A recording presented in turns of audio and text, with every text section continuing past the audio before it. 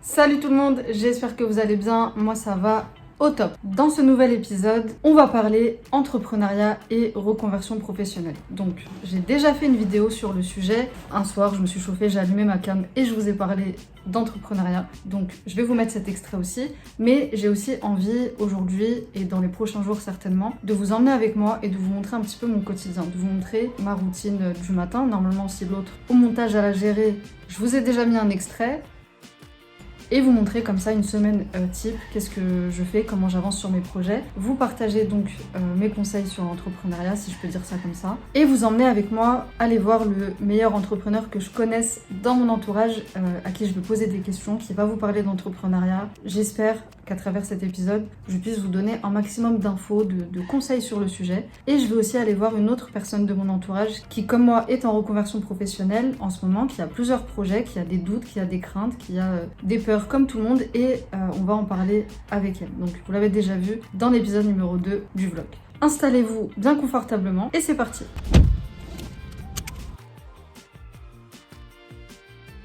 Je suis venue te voir pour que tu me donnes des conseils sur l'entrepreneuriat, que tu me donnes ta vision des choses sur le sujet. Yeah. Let's go. We just gotta go hard. I bring the pain. Not what you used to. It's all part of the game. Yeah. I just gotta go hard. I just gotta go hard. En vrai, je pense qu'il y a une histoire qui résume très bien la question que tu m'as posée. C'est une histoire que j'avais entendue il y a de ça quelques années, mais je trouve qu'elle est très inspirante. Elle est d'une simplicité incroyable. C'est l'histoire d'un roi grenouille, tu vois, avec sa reine. Et un jour, ils ont mis au monde une fille. Donc cette fille, ça allait être l'héritière du royaume. D'accord ? Et ils n'avaient pas de descendance, donc ça allait forcément être la reine. Et donc comme ça allait être la reine, eux, ils cherchaient un héritier, donc un mari. Et ils ont passé le message dans le royaume qu'ils cherchaient un héritier, donc quelqu'un pour marier avec leur fille. Et donc tout le monde a commencé à se bousculer, à vouloir revenir, tu connais, tout le monde veut la place de roi. Sauf que le roi, il n'avait pas donné sa fille comme ça. Il s'est dit, quelqu'un qui va gouverner le royaume des grenouilles, il faut quelqu'un qui ait de la motivation, quelqu'un qui soit déterminé, quelqu'un qui n'abandonne pas au premier échec, et quelqu'un qui décide de ne pas écouter les gens et d'aller au bout de ses convictions. Et donc il s'est dit, je vais leur faire une épreuve. Il y a la grande montagne là-bas, qui s'appelle la montagne de la grenouille, justement, parce que jamais aucune grenouille n'est réussi à monter en haut de la montagne. Il s'est dit, s'il y en a un parmi les prétendants qui arrive à monter au-delà, tu peux être sûr qu'il est déterminé, tu peux être sûr qu'il est motivé à se marier avec ma fille, et tu peux être sûr qu'il ne va pas écouter les ragots à droite, à gauche. Et donc, ils décidèrent d'organiser une course, et sur la course, il y avait des milliers de grenouilles, elles étaient toutes là. Tout le monde veut la place du boss, tout le monde veut être calife à la place du calife.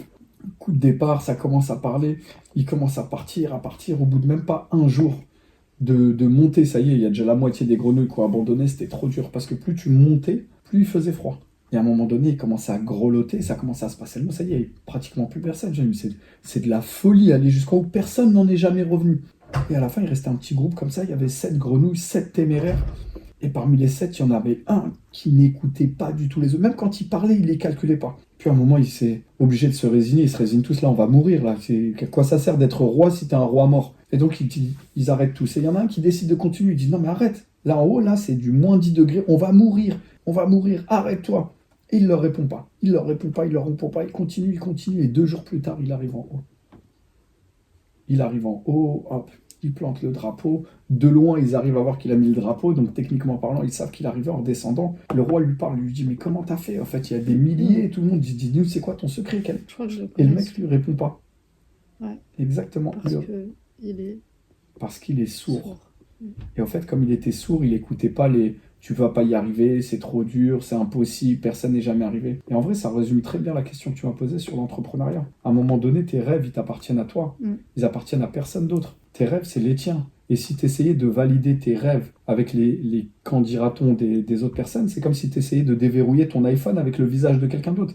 Ça marche pas. Ton iPhone, il va se déverrouiller qu'avec ton visage. Toi seul, c'est ce qui te fait vibrer, ce qui te fait kiffer, ce qui te donne envie d'avancer. Et c'est comme si toi, t'aimais la tarte au chocolat, poire chocolat, et moi, je déteste la tarte poire chocolat, et tu vas à tout prix me faire acheter une tarte poire au chocolat. Tu me dis, mais Nabil, c'est génial, c'est bon, poire William.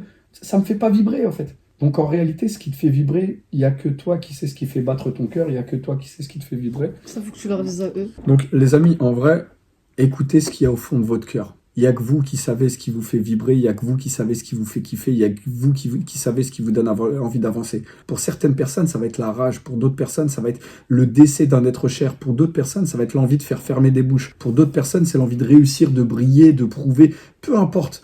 Il n'y a pas de bon ou de mauvais carburant. Il y a le carburant qui t'appartient. Et ça, c'est l'essentiel. Pour certaines personnes, c'est l'amour. Pour d'autres personnes, c'est la rage. Pour d'autres, c'est la haine. Pour d'autres, c'est la détermination. Peu importe le carburant que tu as, n'écoute pas les autres, donne-toi les moyens de tes ambitions et va au bout de ce que tu entreprends. Et j'ai envie de te dire, t'attends. Ouais, petit placement de produit. Oui, mais justement, j'allais dire, après, je sais qu'on T'attends quoi? on doit y aller, mais tu peux nous dire pourquoi t'as des Rubik's Cube et qui es-tu Ah, ok, moi je m'appelle. pour les gens de ma communauté. Ok, je m'appelle Nabil, j'allais dire Nabil, t'attends quoi? Je m'appelle Nabil Samni. Yosoy Nabil. Yosoy Nabil, t'attends quoi? Ikhode Abdelrahman, t'attends quoi? Ikhode Abdelrahman. On est des t'attends quoi de père en fils depuis août 1898. Sinon, je suis entrepreneur depuis une vingtaine d'années. J'ai monté plusieurs boîtes dans des domaines divers et variés, que ce soit dans le service, que ce soit dans la restauration. Depuis plus de 20 ans. Ouais, depuis une vingtaine d'années, ouais, un peu plus de 20 ans. Et pourquoi j'ai tout le temps des Rubik's Cube? Parce que je ne vois pas les gens comme des personnes, mais je vois les gens comme des Rubik's Cube qui sont dans le désordre et qu'il faut simplement remettre dans l'ordre. Et une fois que tu as la combinaison, en fait, c'est parfait. C'est Donc quoi voilà. qui dit Fianso dans le son Windsor? Toi, tu vois des humains. Moi, Ouais, je vois des toi, outils. toi, tu vois des humains, moi je vois des boulons. Je vois des outils. Moi, je vois des outils, je resserre des boulons. Donc voilà, Ok. ce que je fais modestement, optionnellement, parce que je fais Tu pas peux nous d'autres choses. parler de ton livre aussi, rapidement? Mon livre, t'attends quoi? Faites attention que plus tard ne se transforme pas en trop tard. Bon, c'est pas un placement de produit, c'est vraiment parce qu'elle me demande. Mais en gros, j'ai passé 10 années à transporter des personnes malades. Et parmi ces 10 années à transporter des personnes malades, il y a toujours le même message qui revenait. Dit d'une manière différente, d'un ton différent, de personnes d'obédience différente, croyant tout le monde. Mais c'est toujours la même chose. C'est les regrets de ne pas avoir fait ce qu'ils pouvaient quand leur santé le permettait. Et du coup, ça a été toujours... Vous savez, jeune homme, toute ma vie, j'ai rêvé d'aller à New York. Malheureusement, regardez maintenant, je ne peux pas. Vous savez, mon fils, j'ai toujours travaillé, j'ai mis de l'argent de côté, pensant en profiter pendant la retraite. Et regardez maintenant, je suis là dans votre voiture. Vous savez, je m'étais toujours dit qu'une fois arrivé à la retraite, j'entamerais un tour du monde. Et de là m'est venue l'idée qui est, enfin, cette phrase que je répète maintenant sans cesse, fais attention que plus tard ne se transforme pas en trop tard. Parce que demain, c'est une option, c'est pas une certitude. D'où le t'attends quoi, tout ce que j'entreprends aujourd'hui. Bah, si vous ne connaissez pas, je vous invite à aller regarder. Mais surtout, je vous invite à suivre madame qui fait un boulot exceptionnel, hors norme. Et contrairement à ce que l'on peut penser, bien que ça fait longtemps que je suis dans le game, elle m'a énormément aidé et elle continue de m'aider. Donc je suis très honoré de pouvoir faire partie de son cercle. Merci. Et je suis content parce que cette vidéo-là, quand elle va sortir, elle n'a pas beaucoup d'abonnés. Et puis quand elle va monter en mode... Quand je vais percer. Ouais, quand tu vas CPR, parce que tu vas percer fort, je dirais, t'es là ou pas? Mais après, tu vas me boycott, après tu vas... Ouais. Ah, vas-y. Mais toujours un Hollywood, ça peut vous sauver la vie, surtout quand vous avez des personnes comme ça qui, tu vois, techniquement parlant, elle me l'a pas dit, moi, mais elle est arrivée, je lui ai dit, tu veux un chewing-gum? Moi, j'en voulais pas, j'en ai pris un et je lui en ai offert un. À ton avis? Montre ta calvitie. À ton avis, pourquoi? Ah, genre, c'est comme ça. Mais moi, je suis, tu vois, moi, ça se voit. Elle, ça se voit pas, tu vois. Mais si tu lui proposes, j'ai pas, c'est pas pour moi les chewing-gums, c'est quand elle arrive, je dis, chewing-gum, ok? Sinon, pour faire moins glamour, parce que vous le verrez pas, elle a mangé du poulet avec du riz Des pommes de terre. et des pommes de terre. Donc autant te dire que elle a la laine qui En plus, chamboule c'est la un gros vie. mytho, j'ai pris un chewing-gum depuis. Non mais moi je sais que ça tu vas couper au montage. Non. Non, mais faut dire que C'est bon, on a compris. des fois elle me dit salam. Oh, partout à tisse. C'est un gros mot. Euh, Chez moi, comme ça. Non, c'est cool. Il y a t'as plein de Je sens qualités. la rose. La rose de Tunis, la pâtisserie là. Yallah, et d'ici là, t'attends quoi? J'ai un rendez-vous professionnel. Bon, Nabil, que vous avez vu, m'a envoyé un message hier soir. Il m'a dit 6h30, en bas de chez toi, grosse séance de sport, sois prête. Je sais pas du tout ce qui m'attend. Il n'y a aucune volonté dans ce corps, là tout de suite. Ouais, il est 6h30 du matin. Je vais récupérer Adra pour une séance de sport et de préparation mentale. Elle est pas prête pour ce qui l'attend aujourd'hui. Le pire, c'est qu'elle sait pas exactement ce qu'on va faire. Je lui ai pas dit. La surprise, ça va lui faire mal.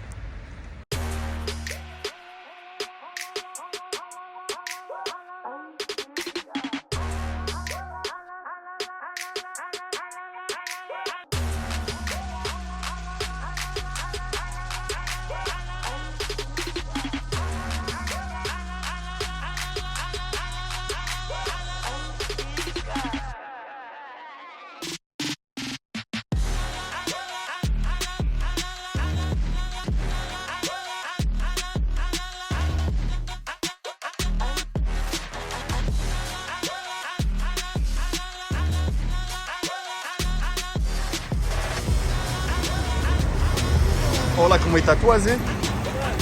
Oh. Du sprint, je veux du sprint, je veux du sprint, je veux du sprint, je veux du sprint, je veux du sprint.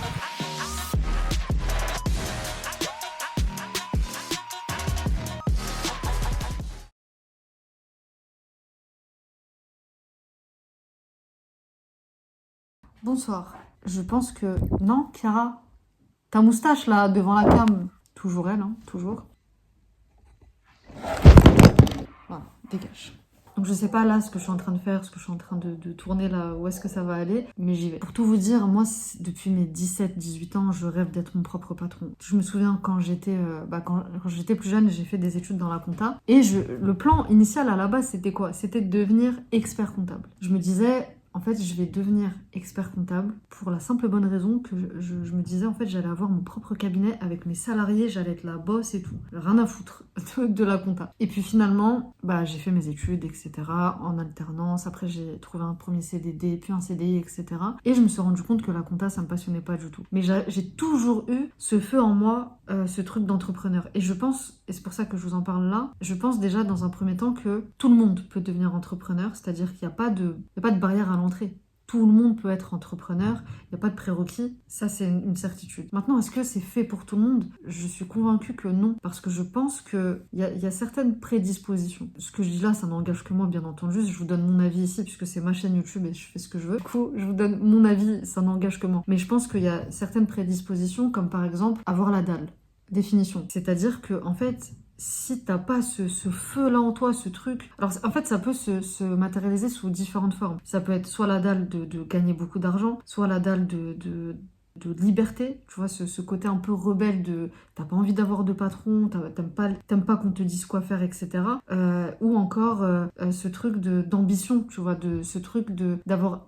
quelque part l'impression que tu peux changer le monde et tout, même si c'est très prétentieux dit comme ça. Et donc en fait, je pense que ça, c'est certaines prédispositions, c'est un peu cette âme d'entrepreneur. Aussi, un entrepreneur, à mon sens, se lancer dans l'entrepreneuriat, ça s'apprend pas concrètement, il n'y a pas d'école d'entrepreneur. Enfin, je pense que ça existe, après je sais pas ce que ça vaut, mais l'essence même du mot entrepreneuriat, c'est entreprendre. Donc, c'est passer à l'action, c'est faire des choses. Comment tu veux apprendre à faire des choses, mis à part te lever de ta chaise et te bouger, voilà. Si déjà tu te dis il faut que je me forme à l'entrepreneuriat, c'est que déjà il y a beaucoup trop de doutes. Si tu as envie de faire un truc, fais-le. Genre juste fais-le. Moi je marche beaucoup par anticipation, c'est-à-dire que quand je me suis lancée dans l'entrepreneuriat, avant même que je me lance, je visualisais beaucoup. Moi je suis quelqu'un qui visualise énormément, je me sauce toute seule en fait. Je me motive très facilement en m'imaginant déjà la réussite, etc., etc.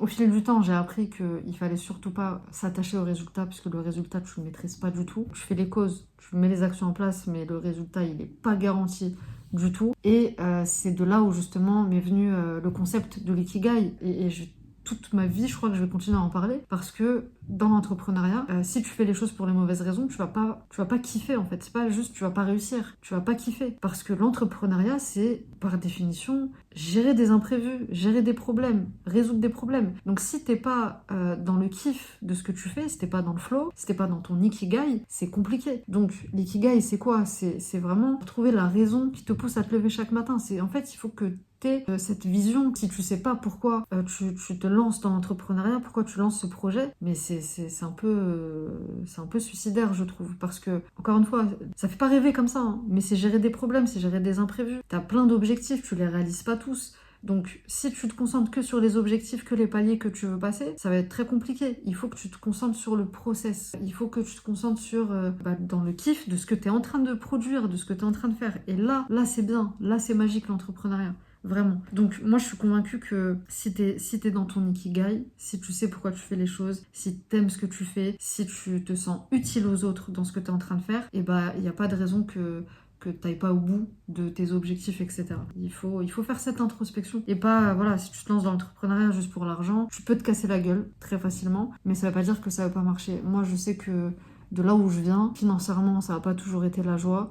Donc à un moment donné, pour les gens comme nous, c'est bizarre dit comme ça, mais je pense que vous avez capté, quand t'as la dalle et quand tu veux gagner beaucoup d'argent pour aider ta famille, etc., t'y vas en fait. Et ça peut marcher, ça peut très bien marcher même. Mais sur le long terme, si tu fais les choses juste pour l'argent, tu te rends vite compte que en fait, C'est pas ça la vie, c'est vraiment pas ça la vie. Preuve en est, là aujourd'hui, je fais des vidéos sur YouTube, j'ai même pas 200 abonnés, je gagne pas d'argent. Ce serait le rêve de pouvoir vivre de YouTube, de Twitch, etc. Mais on n'y est pas du tout. Et genre vraiment, je compte pas là-dessus, là. Mais je vis ma meilleure life, donc voilà.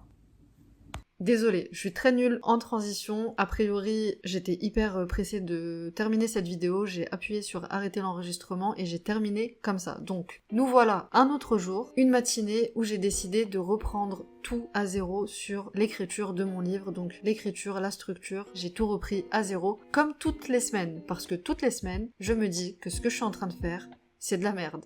Voilà. Et puis il y a des jours où je me dis, c'est incroyable ce que je suis en train d'écrire. Bonjour la bipolarité. Donc je vous fais un petit spoil. Ah non, attendez.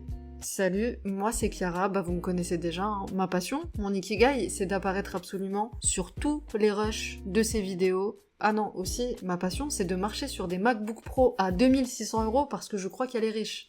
Bref, donc revenons à mon spoil, si je peux dire ça comme ça. Pour la plupart d'entre vous, vous savez que Adra, c'est pas mon prénom c'est Inès, Adra c'est mon pseudo, mais c'est aussi et surtout le personnage principal du roman que je suis en train d'essayer d'écrire. Donc ce livre, je ne sais pas s'il verra le jour en 2023, en 2024 ou en 2025, mais croyez-moi, on arrivera à bout de ce projet. Après cette matinée riche en inspiration, en créativité, on va aller retrouver Azur et Diana pour parler reconversion professionnelle. Et est-ce qu'on dirait pas un Airbnb quand même, des fois son truc de ouf. C'est ce côté-là de l'appart.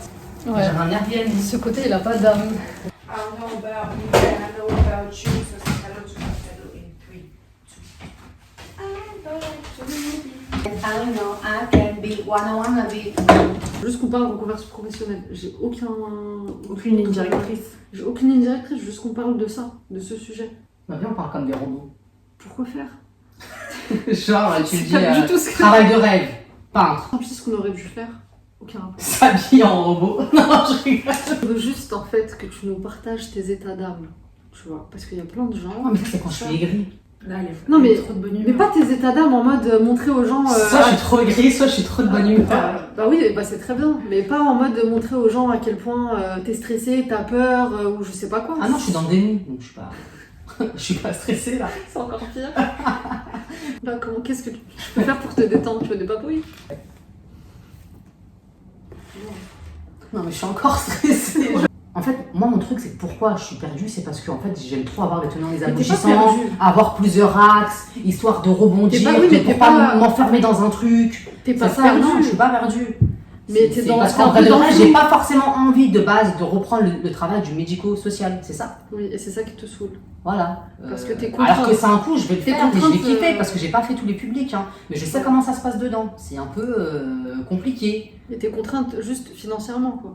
Ah bah oui. Et hein. en fait, c'est ça, voilà, c'est ça, j'avais une question par rapport à Comme, ça. tous Comment les gens de la Terre, comment est-ce que tu fais pour traverser ça, cette contrainte financière, tu vois, qu'est-ce que tu te dis dans ta tête pour positiver, tu vois, pour aller mieux, Bah, parce que c'est normal de travailler en fait, donc à un moment donné, tu fais avec les diplômes que t'as. J'ai été dans le déni parce que j'avais pas envie d'y penser, donc je me suis dit, comme de toute façon, en fait, en gros, même si je reprends le travail, c'est temporaire, du coup, ça me soulage parce qu'en fait, je me dis, bon, bah, c'est qu'une question de temps, c'est pas ce que je compte faire. C'est ce que j'allais dire, est-ce que c'est pas parce que t'as d'autres projets à côté qui te font vraiment, vraiment kiffer, comme le dessin principalement, l'art-thérapie, qui fait que tu te dis, bon bah... Non, parce que Ça la te rassure. thérapie, je suis aussi dans le déni. Parce qu'en fait, je le fais, j'envisage, mais j'y pense pas. Oui, parce que c'est pas... C'est-à-dire, en fait, je fais la formation et pour l'instant, c'est tout. Ouais. Genre là, si je commence à me dire, ouais, je vais devoir faire un atelier, le gérer seul, etc., même si tu me dis que tu seras là, enfin, tu vois ce que je veux dire. Et en fait, c'est ça, j'aimerais que tu dises aux gens en mode ton process, parce que en fait, t'es quelqu'un de grave déter. Moi, je te connais, t'es déterminé de ouf quand t'as un objectif, etc. Mais on dirait t'y pas. vas. Mais on dirait pas oui et non, c'est dans le sens où t'es quand même. Le stress va vite t'envahir, tu vas beaucoup anticiper, tu vas imaginer des scénarios, etc. Du coup, ça va te faire peur. Donc, comment en fait tu fais pour faire quand même les choses et surpasser tout ça? Alors déjà, si je le fais, c'est que ça me donne envie, parce que si ça me donne pas envie, du coup, c'est normal que le stress est envahi. Donc en fait, si tu fais un truc finalement où t'es contraint, bah généralement, t'arrives pas trop à le dépasser. Après, c'était quoi la question déjà? Moi-même, je sais plus. En gros, oui. Comment je fais pour dépasser? Comment tu fais pour dépasser genre ton stress, tes peurs, etc. Comment tu fais pour être déter Donc malgré, voilà, du coup, ça me donne envie, et en fait, juste je le fais. En fait, c'est bizarre parce qu'en fait, je vais quand même penser à tout plus tard. Mais en fait, à un moment donné, je vais arrêter, je vais juste aller le faire en me disant, de toute façon, c'est pas maintenant. Et genre au pire, je vais quand même, en gros, le truc d'art thérapeute, je me suis dit, bon, bah, je vais quand même le faire. Oui, t'es en mode moment Et puis, de présent. toute façon, au pire, j'aurai le diplôme, et puis bon, bah, si après, je sais pas, j'assume pas ou ça me convient pas, bon, bah, entre guillemets, tant pis. Et en fait, il y a un truc où j'ai appris à me faire confiance à l'avenir, c'est qu'en fait, je me suis dit, vas-y, je peux toujours refaire un autre truc. Je sais que je vais quand même kiffer sur un autre truc, parce qu'en fait, je sais que j'aime plein de choses. Ouais. Et qu'en fait, il y a des choses que j'aime pas maintenant, mais que je vais aimer plus tard. Donc en fait, j'ai un peu cette confiance quand même en l'avenir, même si c'est pas des tafs de ouf, hein. Mais tant que le truc que je fais, ça me donne du plaisir, je m'en fous de pas avoir un taf genre, je sais pas moi, genre, tu vois, quelqu'un de fou. C'est quelqu'un qui Et gagne. là, c'est le moment, tu mets un truc en noir avec écriture blanche, mashallah. Waouh, elle s'en fout d'être quelqu'un. Quelle humilité. Eh oui. Ok. T'en penses quoi, Azur T'en es où là dans ton énigme? Il faut que je trouve une arme. C'est mort. Mais j'y comment vais pas, toi tu tu vois. fais quand tu vois des freins? Après, moi, c'est ma manière de faire. Je me dis, c'est un frein, mais en vrai, c'est pas vraiment un frein. Enfin, genre, ça va être un frein sur le moment et genre, je vais avoir genre que ce problème-là en tête. Je vais être en mode, c'est la merde, je peux pas, genre, c'est impossible. Et au final, je vais être en mode, mais dans tous les cas, je me dis que j'ai pas le choix. Parce que moi, je veux faire genre étape par étape. Enfin, j'arrive à faire plusieurs choses à la fois, mais en même temps, j'ai besoin de me focaliser sur un seul objectif. Du coup, je peux faire abstraction des problèmes et me forcer à quand même un peu avancer, quoi, du coup. En 2 mots, c'est quoi ta situation? Tu fais quoi? Ma situation, là. Ouais, parce que les gens savent pas ce que vous faites. Alors là, pour l'instant, je suis en rien du tout. C'est-à-dire que j'ai ma rentrée scolaire en février pour intégrer mon M1 en Brain Stratégie internationale en alternance. Et en fait, j'ai voulu faire une rentrée décalée pour toucher un peu d'oseille. Donc là, pour l'instant, je travaille à l'EHPAD, Ok. à l'accueil. Après 1 an Histoire d'alternance, d'oser. du coup, avec moi, C'est avec ça. Iki Coaching anciennement. C'est ça. Là, pour l'instant, objectif, en vrai, le plus proche objectif, c'est trouver une alternance. Mais vraiment une alternance qui me plaît, pas une alternance par défaut, entre guillemets. Tu vois. Pourquoi t'es stressée là Je sais pas, je ressens un truc. Je crois que c'est parce que je mets face à mes émotions. Ah, C'est pas en thérapie. Face à mon travail. eh ben, Face à la même. Alors, moi, en fait, je oui, me mais dis- tu sais, ma mère, quand j'étais petite. Mais pareil, juste en 2 mots, ce que tu fais. Bah, je fais rien du tout. T'es dans quoi? En fait, j'avais fait à la base études mode, j'ai arrêté. Ouais. J'ai fait des tafs bidons, enfin bref, je passe. Après, j'ai fait une formation d'aide médico-psychologique, alors que j'avais le bac, mais bon. VAE de monitrice éducatrice. J'ai travaillé avec des T'as personnes en travaillé situation de avec- handicap, particulièrement troubles du spectre autistique. J'ai arrêté parce que j'ai fait un burn-out, j'ai rien fait pendant 1 an. Je me suis inscrit en formation d'art thérapeute, je dessine. Est-ce que je peux mettre? J'ai oublié quelque chose ou pas? Bah, et là, du coup, t'arrives. Ouais, À je la dois fin reprendre de le ton travail, chômage. j'ai ouvert un truc pour être mon statut entrepreneuse pour faire monitrice éducatrice, mais en même temps je cherche un CDD ou un CDI, c'est pas voilà, parce que je veux travailler avec des publics que je n'ai pas encore fait. Du coup, placement aide sociale à l'enfance ou trucs comme ça, avec les réfugiés ou bref, voilà. Et plus tard, éventuellement, peut-être soigneuse animalière. Animalière, parce que voilà, ça c'est un truc qui me parle. Là en fait, C'est limite, mieux, ouais, parce que c'est pas des gens. ouais. Ouais, Quand ils m'ont c'est pas des appelé, ils gens. m'ont dit pourquoi tu voudrais faire ça, j'ai envie de lui dire mais ma sœur. J'aime Pourquoi pas les humains, j'aime pas les humains, Mais laissez-moi ouais. avec des animaux. Mais du coup, projet principal quand même, dans l'idéal, vivre de ta passion. Est-ce que d'ailleurs je peux mettre dans le vlog genre des extraits de tes dessins, parce que tu les mets déjà sur les réseaux, je Ouais, peux. oui, tu peux. Voilà, ok, bah c'est bien là, c'est dans la boîte. C'est dans la boîte. C'est dans la boîte, putain, elle a 56 ans.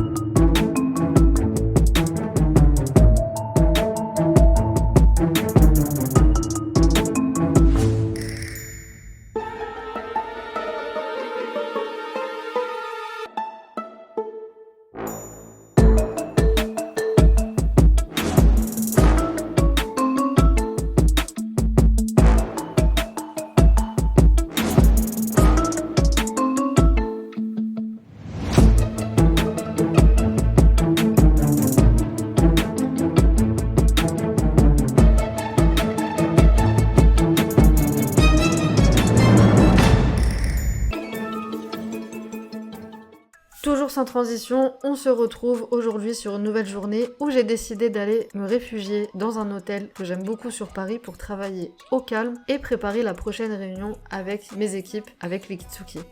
Alors, pause, arrêt sur image. Là, je suis obligée de vous montrer un peu les dessous de YouTube. Là, je fais semblant de boire mon café. Ma tasse de café est vide. Je l'avais déjà bu depuis longtemps, mais comme je voulais un extrait de moi en mode entrepreneuse qui boit son café, bah, je fais semblant. Là, je suis une grosse mytho. Bref, revenons au sujet principal. Donc là, on se retrouve avec l'équipe. Vous pouvez apercevoir Nabil, Diana, Azur aussi qui est là sur cette réunion, mais vous pouvez aussi apercevoir Shakira et Rewan, deux autres membres de l'équipe qui eux sont spécialisés dans la réalisation de vidéos que j'aurai l'occasion de vous présenter bien plus tard comme il se doit, parce que croyez-moi, vous allez les revoir aussi. Là, il n'y a pas toute l'équipe, malheureusement sur ces images, j'ai la chance d'avoir une équipe de 10 personnes qui travaillent avec moi sur ce projet. Et là, donc on rigole beaucoup, mais on travaille aussi sur les prochains ateliers qui vont avoir lieu sur le mois de novembre. Donc restez bien branchés parce que croyez-moi, il y a pas mal de choses qui arrivent. Évidemment, je le répéterai jamais assez, n'hésitez pas à soutenir l'association. C'est grâce à vous qu'on pourra aider un maximum de jeunes. Et croyez-moi vraiment, j'ai une équipe de folie. J'ai hâte de vous partager la suite de cette aventure parce que je suis tellement fière d'être entourée de ces personnes. On va envoyer, ça va bouger très vite. Donc je vais vous laisser sur ça parce que justement, j'ai du travail sur les prochains ateliers. N'hésitez pas à me mettre en commentaire ce que vous avez pensé de cet épisode. Et si tu es là, tu es arrivé jusqu'à la fin de cette vidéo et que tu n'es toujours pas abonné, tu sais ce qu'il te reste à faire.